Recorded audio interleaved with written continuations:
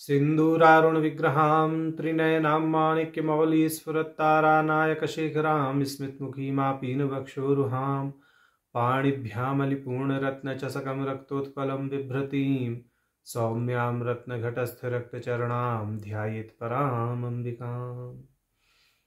अरुणां करुणातरङ्गिताक्षीं धृतपाशाङ्कुशपुष्पबाणचापाम् अणिमादिभिरावृता मयूखैः अहमित्येव विभावये भवानी। ध्यायेत् पद्मासनस्थां विकसितवदनां पद्मपत्रायताक्षीं हेमाभामपीतवस्त्रां करकलितलसद्धेम पद्मां वराङ्गीं सर्वालङ्कारयुक्तां सततमभयदां भक्तनम्रां भवानीं श्रीविद्यां शान्तमूर्तिं सकलसुरनुतां सर्वसम्पत्प्रदात्रीं नारायणी नमोस्तुते। ललिता सहस्रनाम सौभाग्य भास्कर भाष्य की श्रृंखला में हम भगवती के 786वें नाम तक का भाष्य देख चुके थे। आज इस श्रृंखला में अग्रिम 4 नाम 787 से 790 इन 4 नामों का भाष्य देखते हैं। तो इन 4 नामों का पाठ कर लेते हैं। तो 787 से 790 इन 4 नामों का पाठ है। त्रिपुरेशी, जयत सेना, निश्त्रयगुण्या, परापरा, ये 4 नाम हमें प्राप्त हैं। तो 787वां नाम है त्रिपुरेशी। त्रिपुरेशी का अर्थ है जो 3 पुरों की ईश्वरी हैं, स्वामिनी हैं। भाष्यकार जी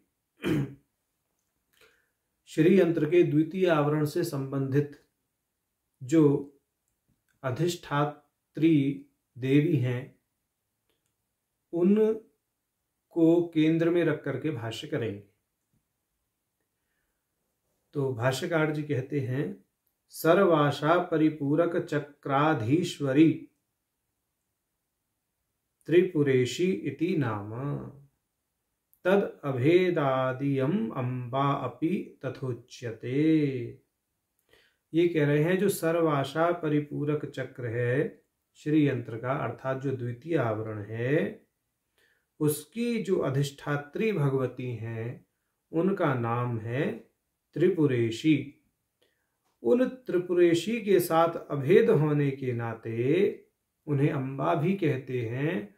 और भगवती अम्बा अर्थात ललिता अम्बा जो हैं उनको द्वितीय आवरण की अधिष्ठात्री देवी के साथ अभेद की दृष्टि से ही त्रिपुरेशी नाम से कहा जाता है, ऐसा समझना चाहिए। ऐसा भाष्यकार जी ने भाष्य में स्पष्ट किया है।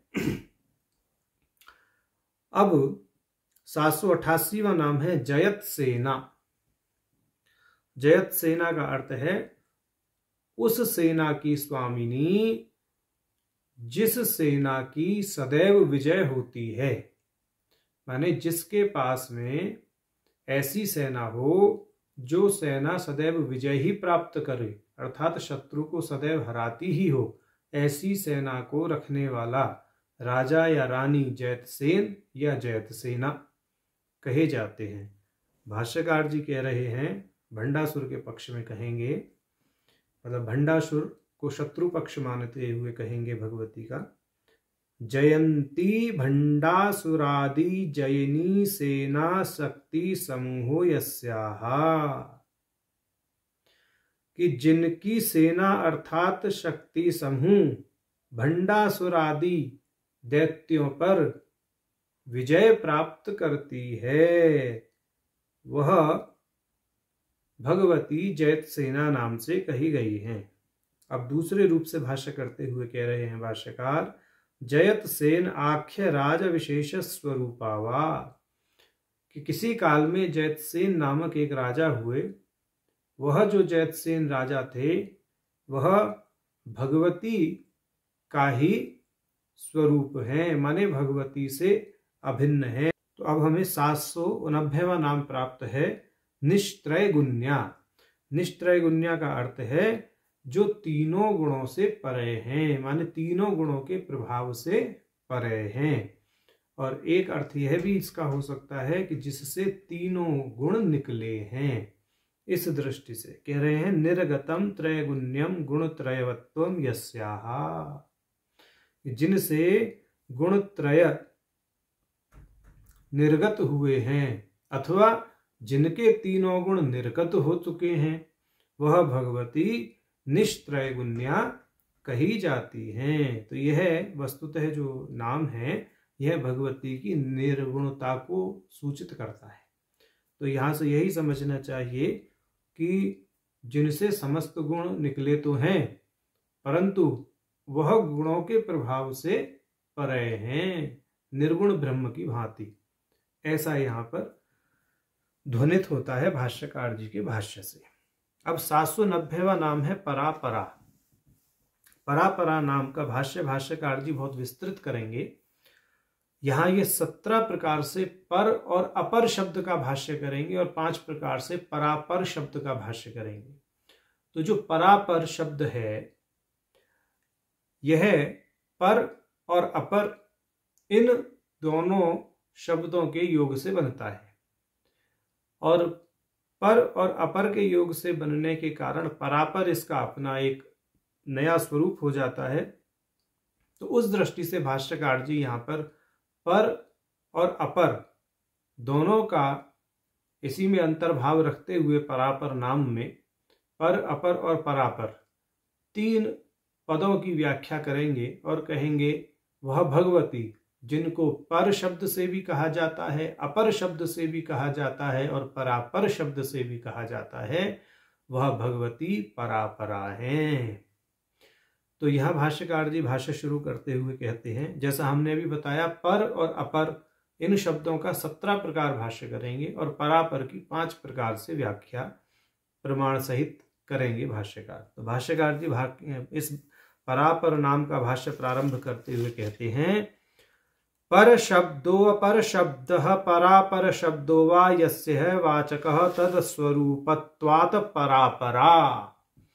कि पर, अपर और परापर ये तीनों शब्द ही या इन तीनों शब्दों के द्वारा ही जिनको कहा जाता है या ये तीनों शब्द ही जिनके वाचक हैं वह भगवती परापरा नाम से कही जाती हैं। अब इस परापरा की व्याख्या को विस्तार देते हैं। भाष्यकार कह रहे हैं कि पहले ये जो 4 प्रकार से व्याख्या करेंगे, प्रारंभिक 4 प्रकार जो होंगे 17 व्याख्याओं में, वह विश्व कोश के अंतर्गत जो पर शब्द के 4 अर्थ बताए हैं, उत्तम, अनात्म, वैरी और दूर, इन चारों को केंद्र में रख करके पहले वे पर और अपर की व्याख्या करेंगे। कहते हैं भाष्यकार जी, परो अन्यः अपरस्तद अभिन्नत्वात् स्वयः।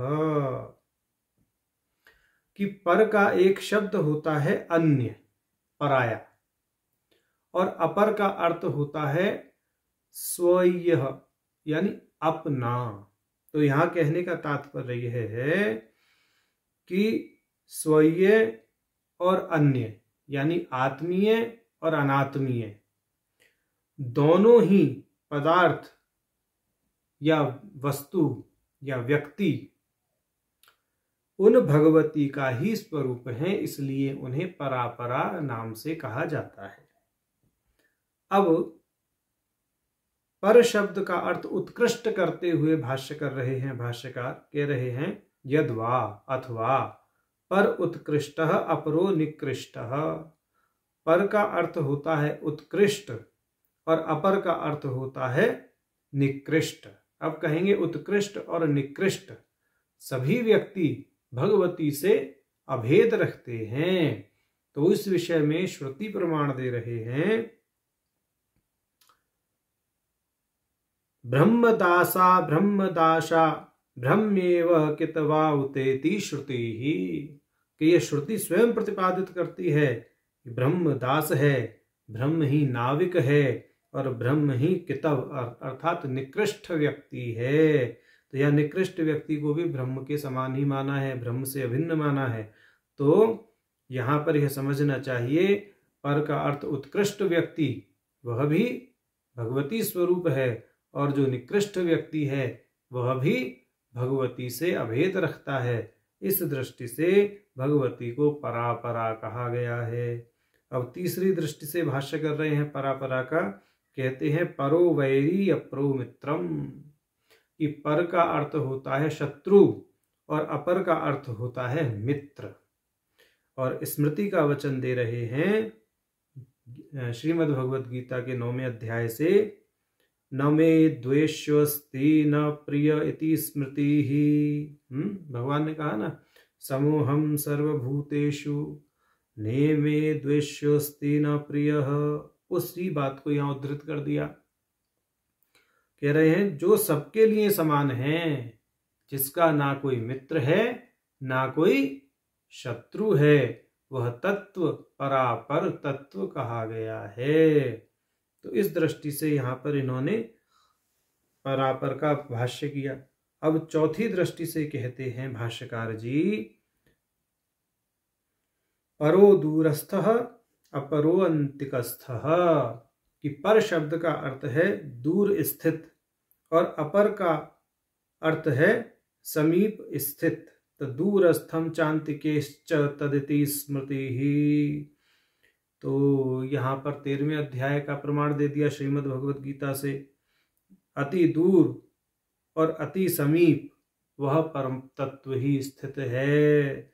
माने जो दूर भी है, पास भी है, सर्वत्र है। कहने का अर्थ क्या है कि वह परमात्मा सर्वत्र परिपूर्ण है, सबका आत्मा होने के नाते अत्यंत समीप है, और अज्ञानियों के लिए वह बहुत दूर है। इस दृष्टि से यहाँ पर और अपर का भाष्य किया। माने वह भगवती तत्व उन ज्ञानियों के लिए बहुत ही निकट है। निकट माने अंतिकस्थ है, अपर है उनके लिए, ठीक। और जो अज्ञानी लोग हैं उनके लिए भगवती तत्व पर है, अर्थात बहुत दूर है, ऐसा समझना चाहिए। अब कह रहे हैं भाष्यकार जी, परह स्याद उत्तमनात्म वैरी दूरेशु केवल इति विश्व। बोले विश्व कोश में पर पद का अर्थ उत्तम, अनात्म, वैरी और दूर, यह बताया गया है। तो इन चारों के आधार पर भाष्यकार जी ने 4 प्रकार से भाष्य कर दिया। अब भाष्यकार जी कह रहे हैं आगे, परम परम चेति द्विविधम सामान्यम परापराख्यम तृतीयम च। अब ये न्यायिकों की यानी तर्क शास्त्रियों की अपनी एक प्रक्रिया है। तर्क शास्त्र में सामान्य को 3 प्रकार से बताया गया है, पर, अपर और परापर। तो ये जो 3 प्रकार का सामान्य है यह भगवती से अभिन्न है। माने पर सामान्य भी भगवती हैं, अपर सामान्य भी भगवती हैं, परापर सामान्य भी भगवती ही हैं। तो ये ऐसा तार्किकों की दृष्टि से यहाँ भाष्यकार जी ने 5वीं प्रकार से भाष्य को किया है। माने जो त्रिविध सामान्य है, पर, अपर और परापर, वह भगवती से अभिन्न है। तो यहाँ 5 प्रकार से पर और अपर का भाष्य हुआ, और परापर की चर्चा इन्होंने सामान्य के अंतर्गत पहली बार की है। अब आगे कहते हैं भाष्यकार जी, ब्रह्म द्विविधम केवल सबल भेदात क्रमेण परम परम उच्यते। कि ब्रह्म को 2 प्रकार से शास्त्रों में बताया गया है। केवल ब्रह्म जिनको निर्गुण ब्रह्म कहते हैं, और शबल ब्रह्म जिनको सगुण ब्रह्म भी कहा जाता है। जो केवल ब्रह्म है वह पर ब्रह्म कहे जाते हैं, और जो शबल ब्रह्म है उन्हें अपर ब्रह्म कहा जाता है। माने निर्गुण ब्रह्म, सगुण ब्रह्म। इस दृष्टि से 2 तरह के ब्रह्म का व्याख्यान शास्त्रों में मिलता है। अब भाष्यकार जी कहते हैं, एतद्वै सत्य काम परम चापरम चेति श्रुतेहे। कि प्रश्नोपशन द्वे ब्रह्मणि वेदितव्ये परम चापरम चेतिश्च स्मृतिश्च। तो प्रश्नोपनिषद और स्मृति दोनों का यहाँ पर प्रमाण दिया है। प्रश्नोपनिषद से दिया एतद्वै सत्य काम परमम चापरम चेति श्रुतेहे, अर्थात हे सत्य काम यह ब्रह्म निश्चित ही पर और अपर है, स्पष्ट प्रश्नोपनिषद का वचन कहा। और स्मृति से कह दिया ब्रह्म के 2 स्वरूप जानने चाहिए, 2 ब्रह्मणि वेदितव्ये, परमम चा अपरम एव च, कौन कौन से हो गए? पर और अपर, ये ब्रह्म के दो स्वरूप हैं। अब आगे भाष्य में स्पष्ट करते हुए कह रहे हैं परम ब्रह्म परम विशेषणम शक्ति। पर ब्रह्म शब्द में जो पर पद है वह तो विशेषण है और ब्रह्म शब्द विशेष्य है। पर शब्द से शक्ति को समझना चाहिए, ऐसा हुआ। अपरम पूर्वम विशेष्यम शिव सामरस्य संबंधेन शक्ति विशिष्टः शिव एव ही परब्रह्म, ऐसा इन्होंने कह दिया। जो पर शब्द है वह शक्ति का सूचक है और शक्ति विशिष्ट जो ब्रह्म अर्थात शिव हैं वही परब्रह्म कहे जाते हैं, ऐसा यहां पर इन्होंने स्पष्ट किया है।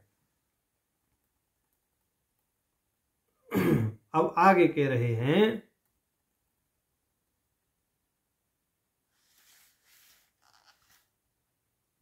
कि शिवानंद लहरी में कहा गया है सृष्ट्यादा अवीक्षणात्मकोशः कालायमान शक्तिरिह स्तूयमानत्वादित्यादि शिवानंद लहर्यां विस्तरः।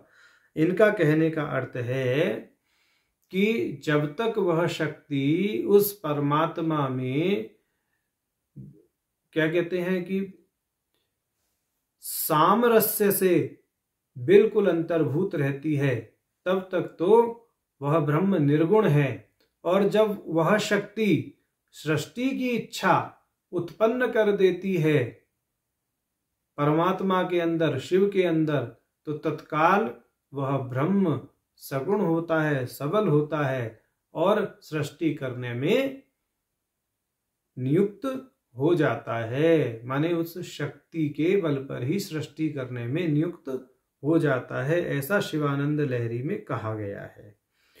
ठीक, अब आगे 7वें प्रकार से भाष्य करेंगे पर और अपर का। कहते हैं व्योम अपि परम अपरम चेति द्विविधम, जो आकाश है वह भी दो प्रकार का है, पर और अपर। पर आकाश है चिदाकाश और अपर आकाश है भूताकाश, लौकिक आकाश, प्राकृत आकाश। ठीक, तो ये जो दोनों आकाश हैं ये दोनों आकाश भगवती से अभिन्न हैं। अब आगे कह रहे हैं विद्या के पक्ष में कि दो प्रकार की विद्याएं हैं, पर और अपर। कहते हैं विद्या द्विविधा परा पराश्चेति मुंडकोपनिषदुक्ता।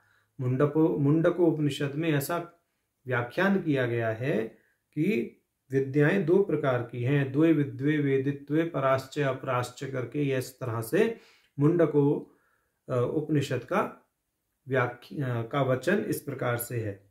अब आगे लिंग पुराण का यहाँ पर यह उदाहरण देते हुए परा और अपरा विद्या के पक्ष को पुष्ट कर रहे हैं। कह रहे हैं लिंग पुराणे भी, लिंग पुराण में भी कहा गया है द्वे ब्रह्मणि वेदितव्ये पराश्च अपराश्च अपरा तत्र ऋग्वेदो यजुर्वेदो द्विजोत्तमः सामवेदस्तथा अथर्ववेदः सर्वार्थ साधकः शिक्षा कल्पो व्याकरणं निरुक्तं छंद एव च ज्योतिषं चापरा विद्या पराक्षरम् इति स्थितं तददृश्यं तदग्राह्यमगोत्रं तदवर्णकम्। तो यह लिंग पुराण का वचन कहा कि विद्या दो प्रकार की है, परा और अपरा। अपरा विद्या का तात्पर्य है ऋक यजु साम अथर्व वेदों से जो सभी मनोरथों को पूर्ण करते हैं। शिक्षा कल्प व्याकरण निरुक्त छंद ज्योतिष ये जो वेदांग हैं यह भी अपरा विद्या के अंतर्गत ही समझने चाहिए। परा विद्या का तात्पर्य उस अक्षर तत्व से है जो अदृश्य, अग्राह्य, अगोत्र और अवर्णक है, असंवृत्त है, वह आत्मा ही है और यह ही परा विद्या है, इससे भिन्न कुछ भी नहीं है। ऐसा भाष्यकार जी ने लिंग पुराण का वचन उद्धृत करते हुए कहा है। ठीक, अब आगे प्रणव, प्रणव अर्थात ओंकार जिसे कहते हैं प्रचलित भाषा में, उसके दो प्रकार बताएंगे। तो 9वीं प्रकार से भाष्य करते हुए भाष्यकार कह रहे हैं परो परश्चेति प्रणवो द्विविधः।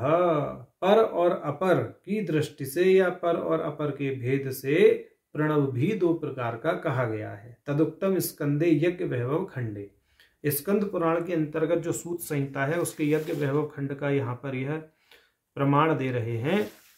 परापर विभागेन प्रणवो द्विविधो मतः, परः परतरं ब्रह्म प्रज्ञानन्दादिलक्षणं, प्रकर्षेण नवं यस्मात् परं ब्रह्म स्वभावतः, अपरः प्रणवः साक्षात् शब्दरूपः सुनिर्मलः, प्रकर्षेण नवत्वस्य हेतुत्वात् प्रणवः स्मृतः, परम प्रणव प्राप्ति हेतुत्वात् प्रणवो अथवा। ये यहाँ बहुत सुंदर व्याख्यान मिलता है स्कंद पुराण के अंतर अर्थात सूत संहिता के अंतर्गत। यहाँ कहा गया है पर और अपर के विभाग से प्रणव दो प्रकार का है। पर का अर्थ है पूर्ण ब्रह्म, जिन्हें प्रज्ञा आनंद आदि लक्षणों से कहा जाता है। तो प्रकर्ष अर्थात उत्कृष्ट रूप से जिनका ध्यान अर्थात नव, नव माने ध्यान के भी होते हैं, ठीक है। तो प्रकर्ष रूप से जिनका नव अर्थात ध्यान किया जाता है वह पर प्रणव अर्थात पर ब्रह्म अमात्र प्रणव हैं, माने अकार उकार मकार से अतीत प्रणव हैं जिनका ध्यान किया जाता है, ठीक है। माने जिनका प्रकर्ष रूप से ध्यान अर्थात नव किया जाए, प्रणव, उस दृष्टि से यहाँ पे प्रणव शब्द को और लक्ष्य किया साक्षात परब्रह्म को अमात्र प्रणव। यहाँ पे अकार उकार मकार का संघट्ट प्रणव की बात नहीं की गई है। अब आगे जो अपर प्रणव की बात करेंगे उसमें ओंकार की बात करेंगे। अपर प्रणव साक्षात निर्मल शब्द स्वरूप है जिसके द्वारा प्रकर्ष रूप से स्तुति की जाती है। वह अपर प्रणव और ओंकार कहा जाता है, मतलब वह जो प्रणव है अपर प्रणव वही ओंकार कहा जाता है। इसको प्रणव इसलिए कहते हैं क्योंकि यह ब्रह्म की प्राप्ति का हेतु और साधन है। ऐसा सूत संहिता के यज्ञ वैभव खंड में बताया गया है। तो ये जो अपर और पर प्रणव हैं ये भगवती का ही स्वरूप है, माने जो निर्गुण तत्व है जो परब्रह्म है पर प्रणव वह भगवती का स्वरूप है, और जो शब्द ब्रह्म है, शब्द ब्रह्म अर्थात जो ओंकार है वह भी भगवती का ही स्वरूप है, वह अपर प्रणव है। अब दशमी दृष्टि से भाष्य करते हुए कह रहे हैं भाष्यकार जी, परोपरश्चेति द्विविधो वेदार्थाः, कि जो वेद का अर्थ कहा जाता है माने वेद का जो तात्पर्य है वह भी दो प्रकार का है, एक पर और एक अपर। पर अर्थात पारमार्थिक दृष्टि से जो तात्पर्य निकलता है वह पर अर्थ होता है वेद का, और अपर अर्थ अर्थात जो व्यावहारिक दृष्टि से वेद वाक्यों का तात्पर्य निकलता है वह उसका अपर अर्थ होता है।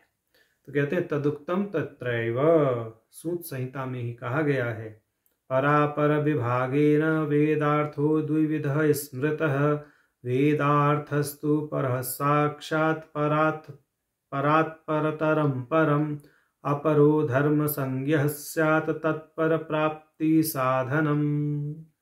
तो सूत संहिता का वचन है पर और अपर भेद से शास्त्रों का अर्थ दो प्रकार का होता है। पर का अर्थ वह परम सत्ता जो सबसे अतीत है अर्थात पारमार्थिक सत्ता, और अपर का अर्थ धर्म से समझना चाहिए जो उस परमात्मा को प्राप्त करने वाला या कराने वाला साधन है।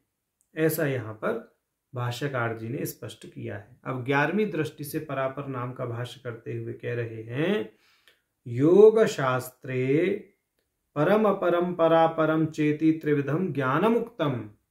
योग शास्त्र में 3 प्रकार का ज्ञान बताया गया है, परम ज्ञान, अपर ज्ञान और परापर ज्ञान। इस विषय में प्रमाण दे रहे हैं,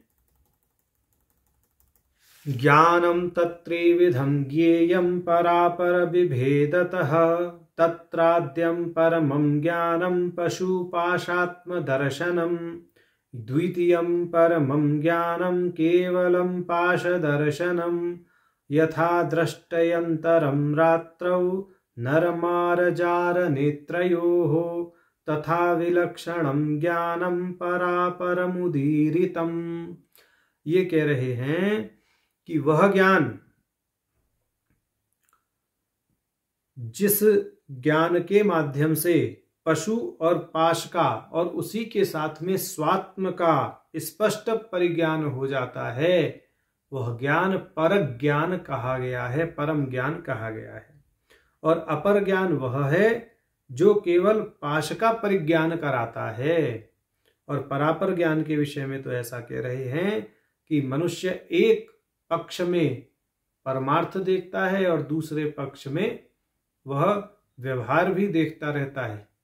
इस दृष्टि से माने एक पक्ष में तो वह मुक्त दिखता है, स्वयं को मुक्त देखता है, और दूसरे पक्ष में बंधन से बंधा हुआ देखता है। ठीक, तो इस तरह का ज्ञान जिसको रहता है वह, या इस तरह का जो ज्ञान है वह परापर ज्ञान कहा जाता है। और उस ज्ञान, परापर ज्ञान के विषय में कह दिया कि जिस प्रकार दिन और रात्रि में मनुष्य और बिल्ली की नेत्रों में भेद हो जाता है, उसी प्रकार का विलक्षण ज्ञान परापर ज्ञान है। माने दिन में मनुष्य बड़ा स्पष्ट देखता है, रात्रि में हमारी दृष्टि थोड़ी बाधित हो जाती है अंधकार में। बिल्ली दिन में इतना स्पष्ट नहीं देखती, रात्रि में वह और ज्यादा स्पष्ट देख पाती है। तो उस दृष्टि से कह रहे हैं कि परापर ज्ञान जो बीच में लटका हुआ व्यक्ति है वह एक दृष्टि में मुक्ति के विषय में सोचता है, दूसरी दृष्टि में बंधन के विषय में सोचता है, तो वो बीच में ही लटका रहता है। इस दृष्टि से यहाँ पे नर मार्जार की दृष्टि का जो है व्याख्यान किया गया है। अब 12वें प्रकार से भाष्य कर रहे हैं भाष्यकार परापर नाम का। कहेंगे कि उपासना के 3 प्रकार हैं। ये जो उपासना के 3 प्रकार हैं ये भी भगवती से भिन्न है, नित्य हृदय के आधार पर व्याख्यायित करेंगे। कहेंगे परा परा परा पराश्चेति पूजा त्रिविधा तदुक्तम नित्या हृदये तव नित्योदिता पूजा त्रिभिः देव्यर्व्यवस्थिता पराश्चाप्य परा गौरी तृतीयाश्च परा परा प्रथमा अद्वैत भावस्था सर्व प्रचर गोचरा द्वितीया चक्र पूजाश्च सदा निष्पाद्यते मया एवं ज्ञानमयी देवी तृतीया स्वप्रथामयी। तो ये कह रहे हैं कि भाई 3 प्रकार की उपासना है, परा उपासना, अपर उपासना और परापर उपासना। परा उपासना वह है जिसमें अद्वैत की भावना की जाती है, वह प्रथम प्रकार की पूजा है। इसमें अद्वैत का ही साधन है, मतलब अपने आप को परमात्मा से अभिन्न मान करके ही साधक उपासना करता है। अब चाहे वह किसी भी प्रकार से की जाए, अब चाहे उसमें आप षोडश उपचार करें या मानसिक करें या 64 उपचार करें ना करें, या आप जो है ब्रह्मात्मिक के भाव से बिल्कुल स्वतंत्र अनुशासन पूर्ण विचरण करें, संध्या भजन आदि से भी स्वयं को उत्तीर्ण समझें कि हम तो उस ब्रह्म के साथ में निष्ठावान होकर के, एक निष्ठ होकर के संचरण करते हैं। तो इसलिए यहाँ पर यह पद दे दिया गया कि वह चाहे किसी भी प्रकार से की जाए, सर्व प्रचर गोचरा, तो किसी भी प्रकार से चाहे वह साधना की जाए अद्वैत भावना वाली, परंतु उसमें निष्ठा होनी चाहिए, उस निष्ठा से च्युत नहीं होना चाहिए मन, तभी आप उस अद्वैत भाव में या परा उपासना में स्थित माने जाएंगे। अब द्वितीय के विषय में कहते हैं द्वितीया चक्र पूजाश्च सदा निष्पाद्यते मया, और दूसरी जो है श्री चक्र की उपासना है जो मेरे द्वारा सदा की जाती है। ऐसा यहाँ भाष्यकार जी ने जो प्रमाण नित्य हृदय का दिया है वह प्रमाण कहता है। ठीक, आगे कहते हैं एवं ज्ञानमयी देवी तृतीया स्वप्रथामयी, और जो तीसरी उपासना है वह आपके भिन्न भिन्न स्वरूपों की उपासना है। माने जिसने भगवती को जिस रूप में मान लिया, भगवती के जिस रूप को इष्ट मान लिया, उसकी उपासना वह साधक करने लगा। जैसे भगवती के अनेकों रूप हैं, 10 महाविद्याएं हैं, 9 दुर्गाएं हैं, ठीक है, कुल देवियां हैं, योगनियां हैं, ठीक, ये सब भगवती के ही स्वरूप हैं। अब जिसका मन जिस स्वरूप में लग जाएगा उसकी ही साधना उपासना करता है, तो ये तृतीय प्रकार की परापर उपासना है। तो पर उपासना हो गई जिसमें भगवती के अद्वैत स्वरूप, तो उसको क्या कहेंगे कि मतलब जिसमें साधक स्वयं को अद्वैत भाव से भगवती में प्रतिष्ठित समझता है, यह साधना हो गई पर साधना या पर उपासना। जहां श्री चक्र का पूजन किया जाता है, श्री चक्र के बिंदु में भगवती तत्व का जो है भाव रखते हुए पूजन किया जाता है, वहां भी कोई रूप स्वरूप नहीं, भगवती के सारे अंगों का लय करके लयांग प्रक्रिया के द्वारा तब उस यंत्र में पूजन किया जाता है, तो वह अपर साधना हो गई। और परापर साधना क्या है कि भगवती के जो अनेक रूप हैं उन रूपों में वासना रखते हुए साधना करनी, उपासना करनी, तो यह परापर पूजा है। ये तीनों ही जो उपासनाएं हैं यह भगवती से अभिन्न है, इसलिए भगवती को परापरा नाम से कहा जाता है। अब कहेंगे वाणी के पक्ष में 13वीं प्रकार से भाष्य कर रहे हैं। परापराश्चेति वाकत द्विविधा, की जो वाणी है वह भी 2 प्रकार की है। देखिए मुख्यतः 4 प्रकार की वाणी का वचन मिलता है, परा, पश्चंती, मध्यमा, वैखरी। इसमें से परा को अलग कर दीजिए, बाकी जो पश्चंती, मध्यमा, वैखरी हैं, इन तीनों का जो एक समूह है वो अपरा वाणी कहलाता है। तो परा और अपरा भेद से ये 4 ही 2 प्रकार से वर्गीकृत हो जाती हैं। तो कहते हैं परा पराश्चेति वाका द्विविधा, अपरा तु पश्चंत्यादि भेदात त्रिविधा। तो परा वाणी तो अपनी एक है ही है, अब अपरा वाणी में 3 हो गई, पश्चंती, मध्यमा और वैखरी। तो भाष्यकार जी ने कह दी पश्चंती आदि भेदात त्रिविधा अपरा वाक अस्ति, ऐसा समझना चाहिए। तो ये जो वाणी है 4 प्रकार की, जो कि परा और अपरा की दृष्टि से यहाँ पे भाष्यकार जी ने बताई है, यह भी भगवती का ही स्वरूप है। और ये परा, पश्चंती, मध्यमा, वैखरी, इसका पूरा व्याख्यान नामों के इस भाष्य में पहले आ चुका है, तो वहां देख लेना चाहिए। अब कह रहे हैं परापराश्चेति अवस्था द्विविधम, तो वाणी के पक्ष में बोला, अब अवस्था के पक्ष में कह रहे हैं कि जो जीव है उसकी 4 अवस्थाएं होती हैं मुख्यतः, जागृत, स्वप्न, सुषुप्ति और तुर्य अवस्था। तो यह तुर्य अवस्था को परावस्था मानेंगे, जागृत, स्वप्न, सुषुप्ति इन तीनों को एक समूह में रख करके अपरावस्था मानेंगे। तो कह रहे हैं परापराश्चेति अवस्था द्विविधा, तत्र परा तुर्या, अपरास्तु जागृत आदि भेदात त्रिविधा।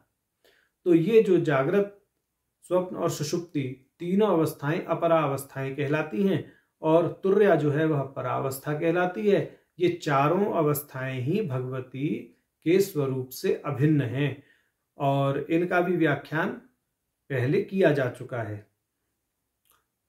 भगवती के इस नाम भाष्यों के अंतर्गत तद विषयक नाम आए थे अवस्थाओं से संबंधित, तो वहां उनका भाष्य हो चुका है।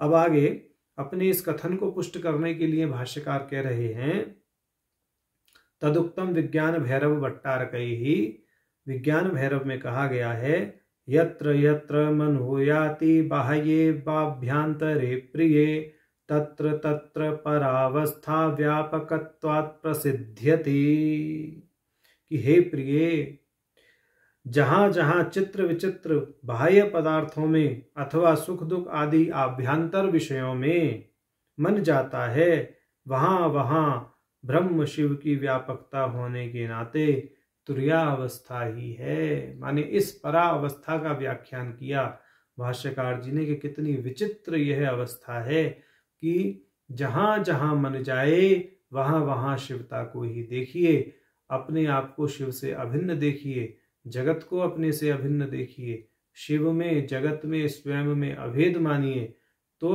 परावस्था सर्वत्र ही है। बोले इस तरह की अवस्था ही भगवती का स्वरूप है। तो यहाँ अब तक 14 प्रकार से भाष्यकार जी ने परापर का भाष्य कर दिया।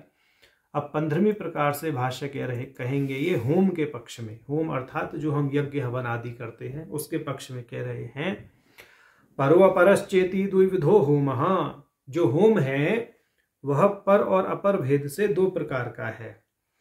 तात्र अपरः स्थूल सूक्ष्म भेदाद पुनर्द्विविधम, और जो अपर होम है वो पुनः स्थूल और सूक्ष्म के भेद से दो प्रकार का है। तदिदम उक्तम स्वतंत्र तंत्रे प्रसिद्धम स्थूल होमम मूलाधार अग्नि अधिकरणकम प्राणग्निहोत्र समान धर्माणाम सूक्ष्म होमम च प्रतिपाद्य तदन्ते। ये कह रहे हैं कि स्वतंत्र तंत्र के अंतर्गत अपर होम और स्थूल होम दो प्रकार का होम बताया गया। माने पहले होम दो प्रकार का है, पर और अपर। ठीक, पर होम है आत्म अग्नि में किया जाता है, और जो अपर होम है वह स्थूल और सूक्ष्म के प्रकार से दो प्रकार का है। स्थूल होम जो है वो मूलाधार की अग्नि में किया जाता है, और सूक्ष्म अपर होम जो है वो प्राणाग्नि में किया जाता है। तो इस प्रकार से यहाँ पर होम के अंतर्गत पर और अपर का विभाग किया गया। एक बार दोबारा बताते हैं। जो पर होम है वह आत्माग्नि में किया जाता है। अपर होम स्थूल और सूक्ष्म दृष्टि से दो प्रकार का है। जो स्थूल अपर होम है वह मूलाधार की अग्नि में होता है, और जो अपर सूक्ष्म होम है वह प्राण की अग्नि में किया जाता है। तो यह यहाँ पर भाष्यकार जी ने कहा। बोले ये जो पर और अपर होम है यह भगवती का ही स्वरूप है, भगवती से भिन्न नहीं है, ऐसा समझना चाहिए। अब यहाँ प्रमाण दे रहे हैं भाष्यकार जी कि जो इन्होंने होम का यहाँ पर उल्लेख किया है, स्वतंत्र तंत्र में ऐसा कहा गया है। वाच्यार्थानाम शेषेण वेद्य वेतृत्विदात्मनाम स्थिति परो भवेद्धोमः सर्वभेद विलापनात् स्वात्म रूप महावहनी ज्वाला रूपेषु सर्वदा निरुद्ध इंधन रूपेषु परमार्थात्मनि स्थिरे निर्व्युत्थान विलापस्तु पर होमः समीरितः। तो ये अब पर होम के विषय में बोल रहे हैं। तो पहले ये तो हमने बता ही दिया कि स्थूल होम जो है वो मूलाधार अग्नि अधिकरणक होता है, और जो सूक्ष्म होम है वो प्राणाग्निहोत्र के समान धर्म वाला है। अब स्वतंत्र तंत्र के में इसी विषय को आगे बढ़ाते हुए यह कहा गया है कि पर होम वह अवस्था है जहां ज्ञाता ज्ञान और ज्ञेय के प्रति भेद पूर्ण रूपेण विनिष्ट हो जाता है। पर होम वह है जिसमें साधक स्वात्म रूप महाअग्नि की ज्वाला के समान सदैव निरंतर जलने वाले ईंधन रूप पारमार्थिक आत्म स्वरूप में स्थित हो जाता है और निर्व्युत्थान दशा को प्राप्त कर लेता है। अर्थात फिर उस ब्रह्म आत्मिक के बोध की स्थिति से वह भोग के लिए च्युत नहीं होता, वह स्थिति उसकी निर्व्युत्थान दशा कहलाती है। तो ऐसा यहाँ पर अपर भेद से होम के विषय में भाष्यकार जी ने कहा है। अब मंत्र पारायण की दृष्टि से कह रहे हैं, 16वीं दृष्टि से परापर का भाष्य करते हुए कह रहे हैं, मंत्र पारायण अंतर्गत मंत्र विशेषः परापर इति उच्यते। मंत्र पारायण के अंतर्गत परापर एक मंत्र है। जो लोग मंत्र पारायण करते हैं प्राय पंचदशी या षोडशी में जो दीक्षित हैं महाविद्या के अंतर्गत माने श्री विद्या के अंतर्गत, तो वह लोग जानते हैं कि मंत्र पारायण क्या होता है। तो उस मंत्र पारायण में परापर मंत्र है ही, तो उस मंत्र का स्वरूप भगवती के स्वरूप से अभिन्न है। तो वह भगवती उस परापर मंत्र की दृष्टि के साथ साम्य होने के नाते परापरा कही गई हैं। अब आगे कह रहे हैं, 17वीं दृष्टि से भाष्य कर रहे हैं कि देवी के स्वरूप भी 3 प्रकार के हैं, और वह तीनों स्वरूप भगवती ललिता से अभेद होने के कारण भगवती को परापरा कहा गया है। कहते हैं, देव्यपि त्रिविधा परा अपरा परा पराश्चेति तदुक्तम वराह पुराणे त्रिमूर्तिम प्रकृत्यय। कह रहे वराह पुराण में ऐसा स्पष्ट किया गया है, तत्र सृष्टि परा प्रोक्ता श्वेत वर्ण स्वरूपिणी या वैष्णवी विशालाक्षी रक्त वर्ण स्वरूपिणी अपरा सा समाख्याता रौद्रीश्चैव परापरा एतास्त्रिसोऽपि सिद्ध्यन्ति यो रुद्रम वेत्ति तत्वतः। तो वराह पुराण का वचन है, सर्जनात्मक शक्ति परा है, जिसका वर्ण श्वेत है।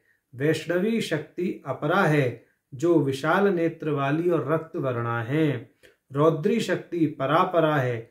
इन तीनों को वही प्राप्त कर सकता है जो रुद्र को तत्वतः जानता है, और यह तीनों शक्तियां भगवती ललिता से अभेद रखने के नाते, अर्थात परा अपरा और परापरा शक्तियों का भगवती ललिता के साथ अभेद होने के नाते भगवती ललिता को परापरा नाम से कहा गया है। अब भाष्यकार जी ने यहाँ तक 17 प्रकार से पर और अपर का भाष्य किया और 5 प्रकार से परापर इस पद पर उन्होंने प्रकाश डाला। ठीक, तो भाष्यकार अब कह रहे हैं अत्र परापर पदयोः विभजनेन सप्तदशार्थमेलनेनस्तु पंचेति द्वाविंशति। बोले 17 प्रकार से हमने पर और अपर का व्याख्यान कर दिया और 5 प्रकार से हमने परापर पद का व्याख्यान किया। दोनों को मिलाएं तो 22 प्रकार से हमने परापर पद का या नाम का व्याख्यान किया है। अन्येपि यथा लाभम योजनीयाः। बोले आपको इसके अतिरिक्त कहीं पर अपर और परापर के विषय में कुछ जानकारी मिले तो उस पर अपर और परापर के स्वरूप को भगवती ललिता अम्बा से अभिन्न मानते हुए इस भाष्य में जोड़ लीजिए। ऐसा भाष्यकार जी ने और निर्देश कर दिया। बोले पर और अपर, अपर और परापर ये बहुत विशाल विषय है, तो इसलिए जितना भाष्यकार जी के संज्ञान में आया उन्होंने सब प्रमाण यहाँ व्याख्यायित कर दिया। कह दिया कि जो कुछ भी पर अपर और परापर के रूप में विख्यात है शास्त्रों में, लोक में, हमारी कल्पना में, वह सब भगवती का ही स्वरूप है, ऐसा समझना चाहिए। तो आज हमने भगवती के 4 नाम 787 से 790 इनका भाष्य देखा। नारायण।